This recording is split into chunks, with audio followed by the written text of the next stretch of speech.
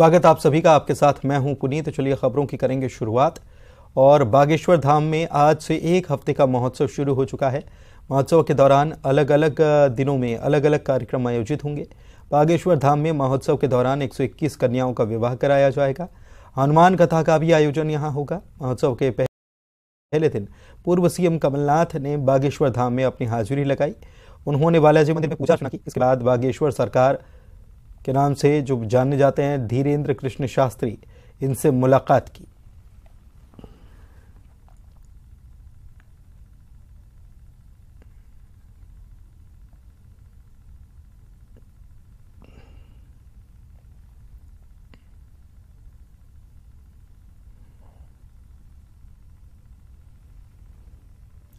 छतरपुर से बड़ी खबर आपको बता दें, पंडित धीरेन्द्र कृष्ण शास्त्री से कमलनाथ ने मुलाकात की है और हिंदू राष्ट्र पर कमलनाथ ने बड़ा बयान दिया है। उन्होंने कहा है कि देश तो संविधान से ही चलेगा। बागेश्वर धाम में धीरेन्द्र कृष्ण शास्त्री से मुलाकात के बाद कमलनाथ ने यह बयान दिया है। सुनवाते हैं।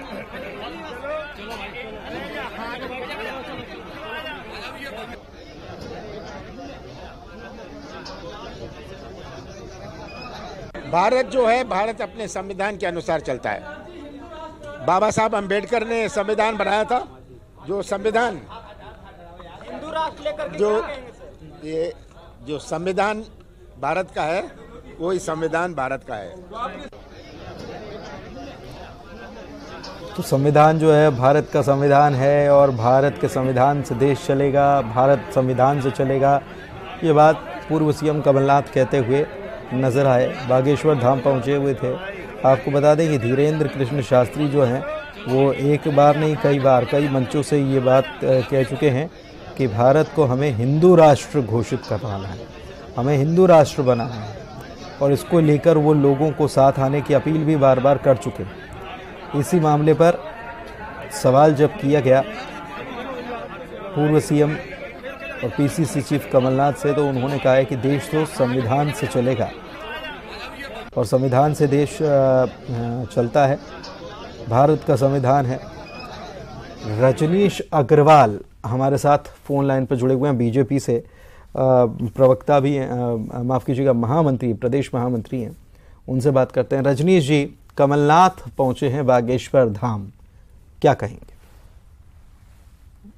जी वो उनकी मर्जी है, वो जहां जाना चाहे वहां जाएं, उसमें कोई किसी को आपत्ति क्या हो सकती है।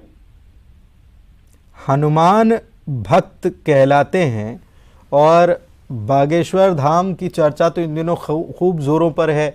कोई समर्थन में उतरा हुआ है, कोई चमत्कार के ऊपर सवाल खड़ा कर रहा है। और इस बीच उनका यहाँ पहुँचना, और वो यहाँ पर एक तरफ धीरेन्द्र कृष्ण शास्त्री कहते हैं कि हिंदू राष्ट्र बनना चाहिए और कमलनाथ कह रहे हैं कि देश तो संविधान से चलेगा।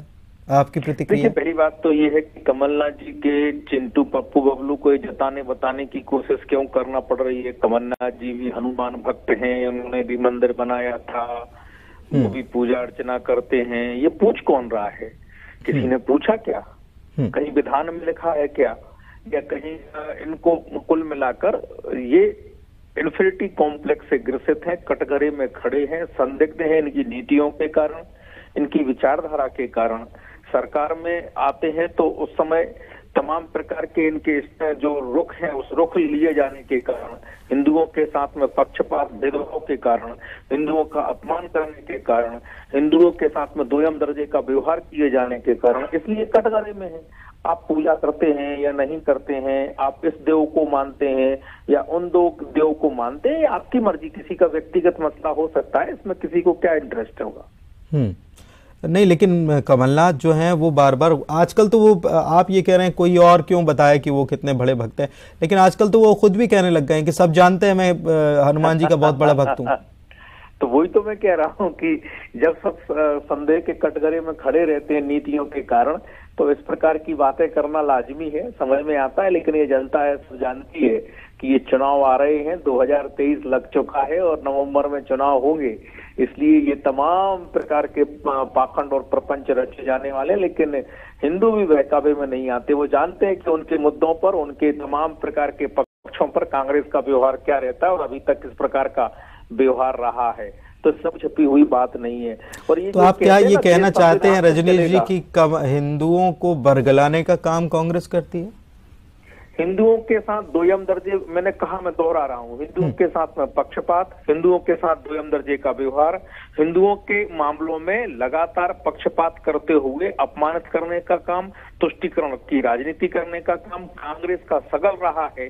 एक बार नहीं, कई बार रहा है। 15 महीनों में जब इनकी सरकार थी तब भी रहा है, केंद्र में यूपीए की सरकार थी तब भी रहा है, और आज भी विपक्षी दल होने के नाते देश में हो या प्रदेश में रहता है। आप कहेंगे तो मैं मुद्देवार गिना दूंगा, मैं घटनावार गिना दूंगा, मैं कई बार इस प्रकार के किस्से सामने आए हैं जब हिंदुओं के प्रति इन्होंने दोयम दर्जे का व्यवहार किया है, अपमानित व्यवहार किया है और पक्षपात किया है शासन में रहकर। तुष्टीकरण की राजनीति, मुस्लिम तुष्टीकरण की राजनीति, अल्पसंख्यक तुष्टीकरण की राजनीति इन्होंने की है, ये किसी से छिपी हुई नहीं है। चाहे दल कोई भी हो रजनीश जी, अभी हाल ही में मध्य प्रदेश में पिछले की अपेक्षा इस साल में हम देख रहे हैं तो नए नए कथावाचक आ गए। वो उनकी जो कहते हैं ना टीआरपी, वो अभी पूरी चरम पर है। और राजनीतिक दल, कोई भी दल हो, खूब डोरे डालते हैं, खासतौर पर कथाओं का आयोजन करते हैं।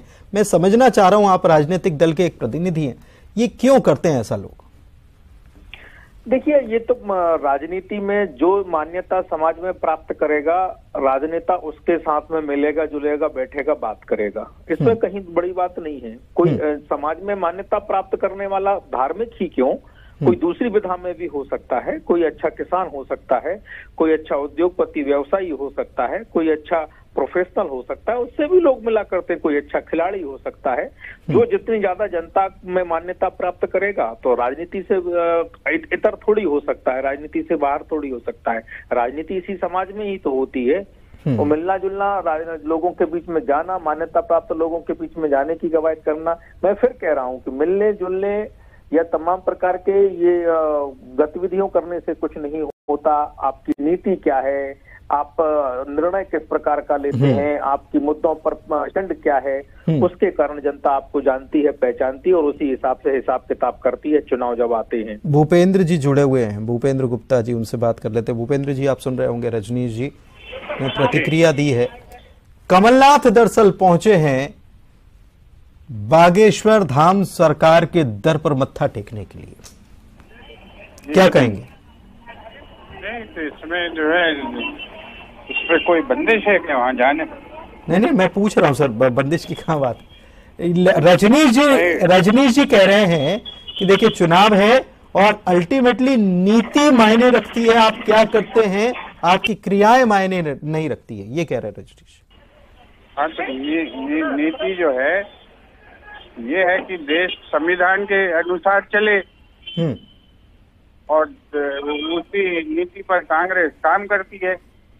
उसने संवैधानिक संस्थाएं बनाई हैं, उसने संवैधानिक व्यवस्था बनाई है, उसने जो है हर चीज के लिए, हर गतिविधि के लिए किसी भी राजनीतिक दल के आने जाने से जो संवैधानिक स्वरूप है भारत का, उस पर कोई असर नहीं पड़े, ऐसी संस्थाओं की रचना की है। और धर्म भी उसमें से एक सत्ता है जो आस्था से चलती है, जो परंपरा से चलती है, जो वो धर्म नीति से चलती है। तो सबको कांग्रेस पार्टी स्वीकार करती है और उसी आधार पर चलती है। जो लोग आज संवैधानिक संस्थाओं की हत्या कर रहे हैं, जो संवैधानिक व्यवस्थाओं को तोड़ मरोड़ रहे हैं, जो उन्हें अपने हिसाब से कुटिलता पूर्वक परिभाषित कर रहे हैं, ये विचार उन लोगों को करना चाहिए। चलिए ठीक है, बहुत शुक्रिया रजनीश जी और भूपेंद्र जी हमारे साथ जुड़ने के लिए, प्रतिक्रिया देने के लिए। नरेंद्र भी हमारे सहयोगी हमारे साथ जुड़े हुए हैं, उनके पास चलते हैं, जान लेते हैं क्या क्या बातें कमलनाथ ने, पूर्व सीएम कमलनाथ ने कही हैं। एक बात तो नरेंद्र कह दी कि देश तो संविधान से चलेगा, बाबा साहेब ने लिखा है, भारत का संविधान है। लेकिन एक ही बात कही कमलनाथ ने, और क्या क्या सवाल थे पत्रकारों के, जिसके इतने सारे सवालों में एक ही जवाब आया कि भारत संविधान से चलेगा।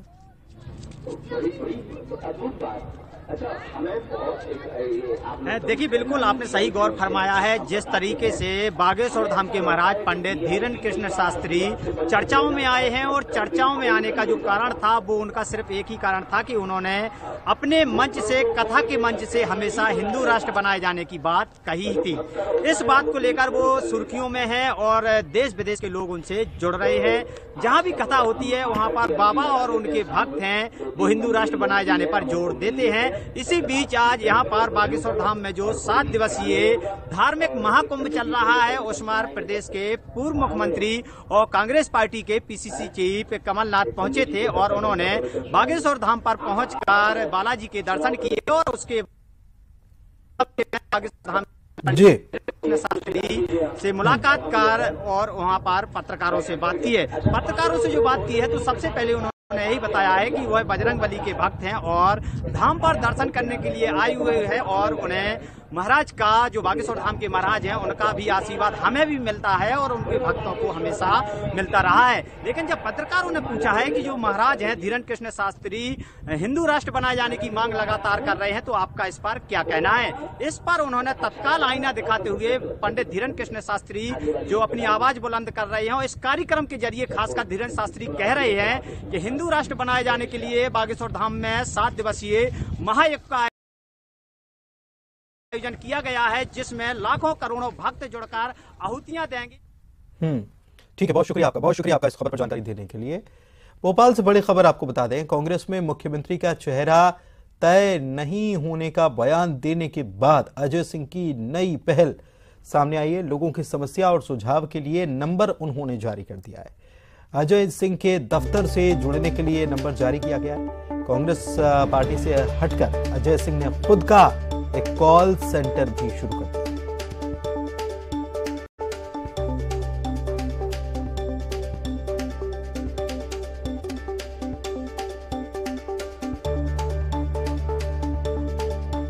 शैलेंद्र हमारे सहयोगी हमारे साथ लाइव जुड़े हुए हैं, सीधे उन्हीं के पास चलते हैं। शैलेंद्र, ये क्या चल रहा है? अजय सिंह कुछ अलग से, कुछ अनमने से, कुछ अटपटे से काफी दिनों से हो रहे हैं, लेकिन अब उनका ये अनमना, अटपटापन, अलगपन जो है और साफ झलक कर नजर आने लगा है। देखिए पुनीत, न केवल अजय सिंह बल्कि कई और ऐसे मध्य प्रदेश कांग्रेस के बड़े लीडर हैं जो कमलनाथ की जो बात है उससे अलग, यानी जो लाइन है उससे अलग हटकर बातें कर रहे हैं। चाहे वह बात करते हैं अरुण यादव की हो या फिर कुछ बयानों को लेकर, जिस तरीके से निष्पक्ष डॉक्टर गोविंद सिंह के बयान को भी अगर हम देखें तो कई बार जो है वो पीसीसी चीफ के बयान से वो उनके हटकर बयान आते हैं। ये सब बताता है कि कांग्रेस भले ही 2023 के चुनाव में एकजुटता के साथ चुनाव लड़ने की बात कर रही हो और जीत का दावा कर रही हो, लेकिन पार्टी के अंदर खाने सब कुछ ठीक ठाक नहीं चल रहा है। यदि सब कुछ ठीक ठाक चल रहा होता तो इस तरह के विरोधाभासी बयान नहीं आते। और उसी कड़ी में जिस तरीके से जब सारे लोग एकजुट होकर ये कह रहे हैं कि 2023 के चुनाव के लिए मुख्यमंत्री का चेहरा जो है कमलनाथ है, लेकिन अजय सिंह और अरुण यादव ऐसे लोग हैं जिन्होंने साफ तौर पर कहा है कि कांग्रेस में पार्टी पहले से सीएम का चेहरा तय नहीं करती है, बल्कि चुनाव के बाद विधायक दल की बैठक में ये चेहरा चुना जाता है।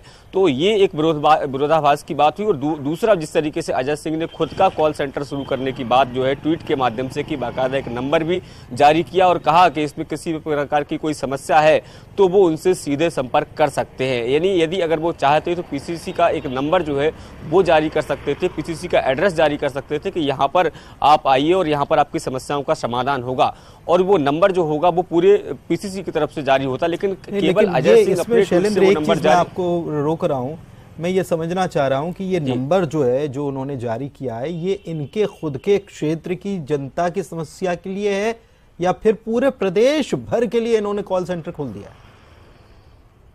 देखिए, अभी उस ट्वीट में इस तरह का कोई उल्लेख उन्होंने नहीं किया है कि किस इलाके, क्या उनके इलाके भर के लिए है या फिर पूरे प्रदेश के लिए हो, लेकिन उन्होंने साफ तौर पर कहा है कि आप इस नंबर पर किसी भी तरह की कोई समस्या है तो आप कॉल कर सकते हैं, ऑफिस से संपर्क कर सकते हैं।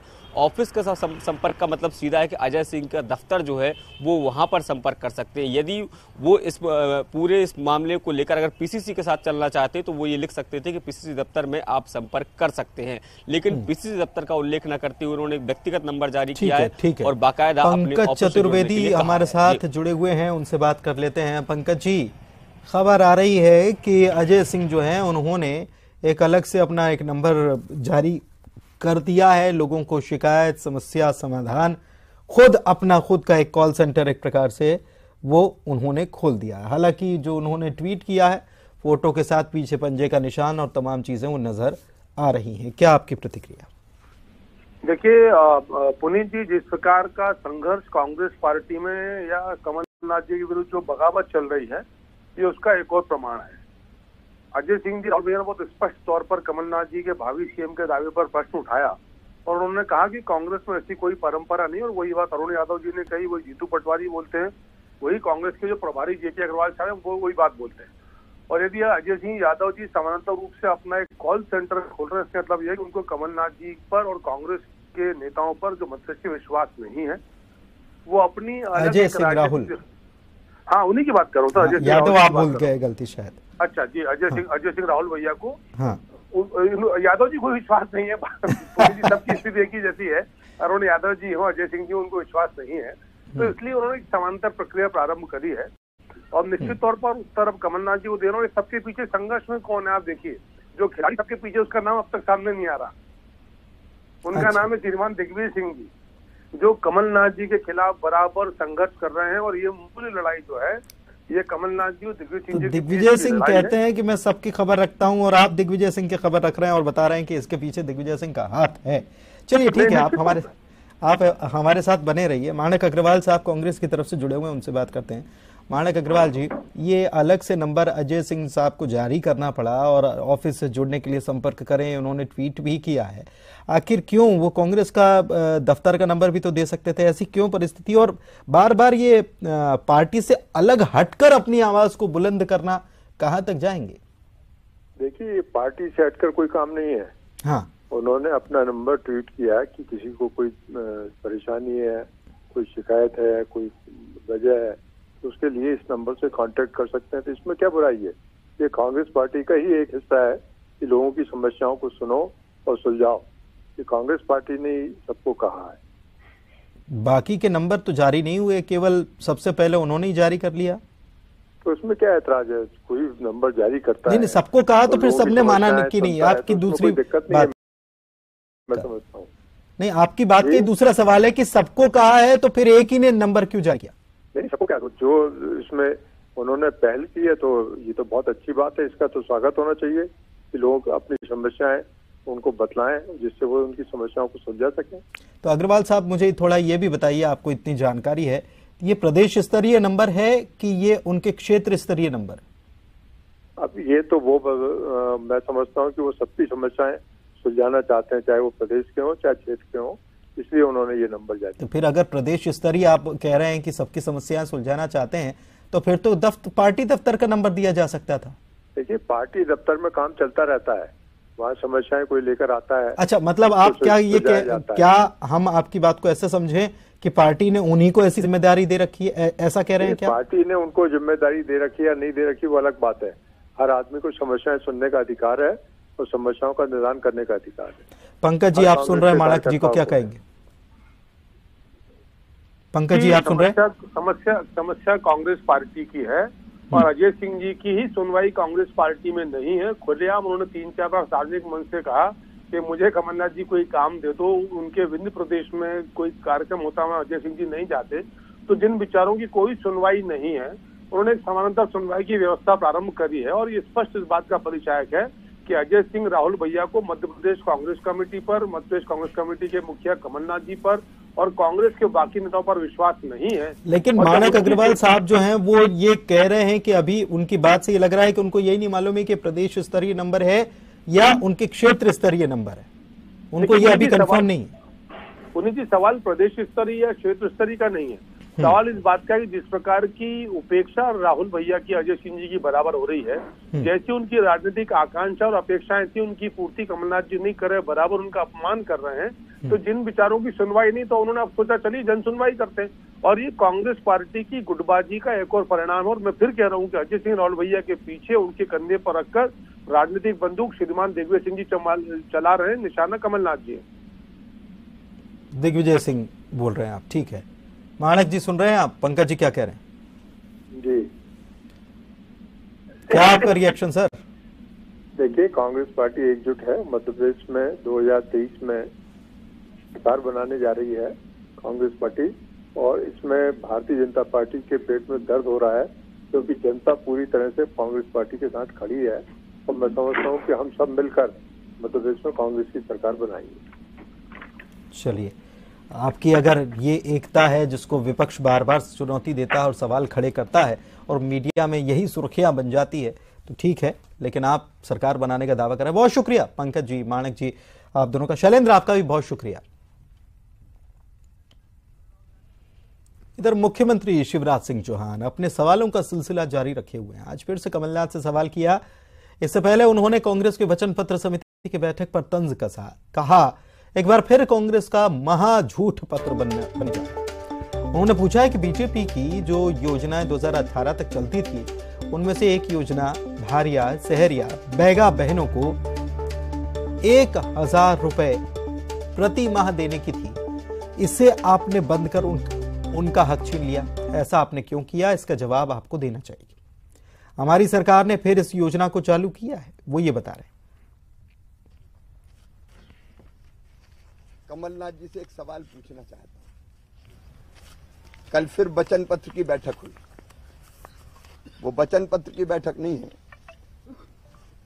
फिर से महा झूठ पत्र बन रहा है, क्योंकि पिछली बार जो कुछ कहा उसको किया नहीं। लेकिन एक सवाल कमलनाथ जी, आपने जो वचन पत्र में कहा था वो तो किया नहीं। आपने भारतीय जनता पार्टी की सरकार की योजनाएं जो 2000। और इसी के साथ इस बुलेटिन में इतना ही। नमस्कार।